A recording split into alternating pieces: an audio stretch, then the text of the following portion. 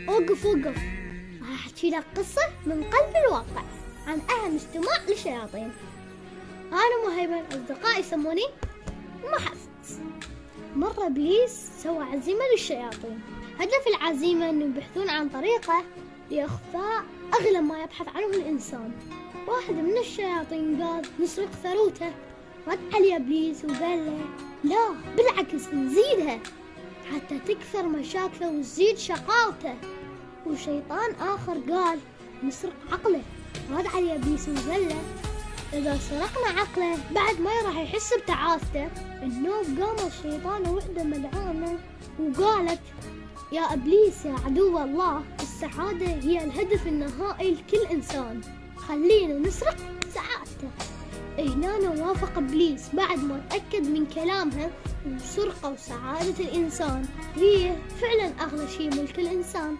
بس النوب طلعت لهم مشكلة ثانية، احتاروا وين يضمون السعادة حتى ما يلقاها الإنسان.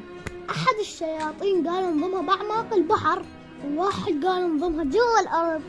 رد عليهم إبليس وقالهم بعد كمية سنة راح يخترعون الطائرة والغواصة وراح يلقونها.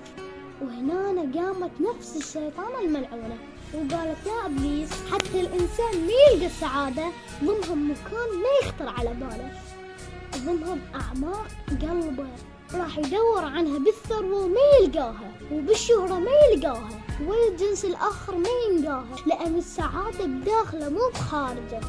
وهنا انحنى إبليس لهاي الشيطانة ولبسها قلادة من نار مكافأة لها.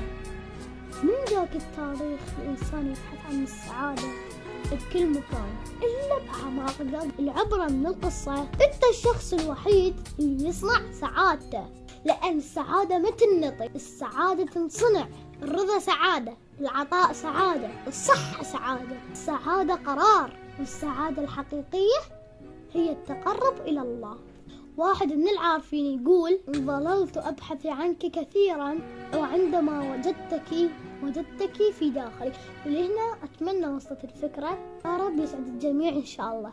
أنا هواي أحبكم، باي باي.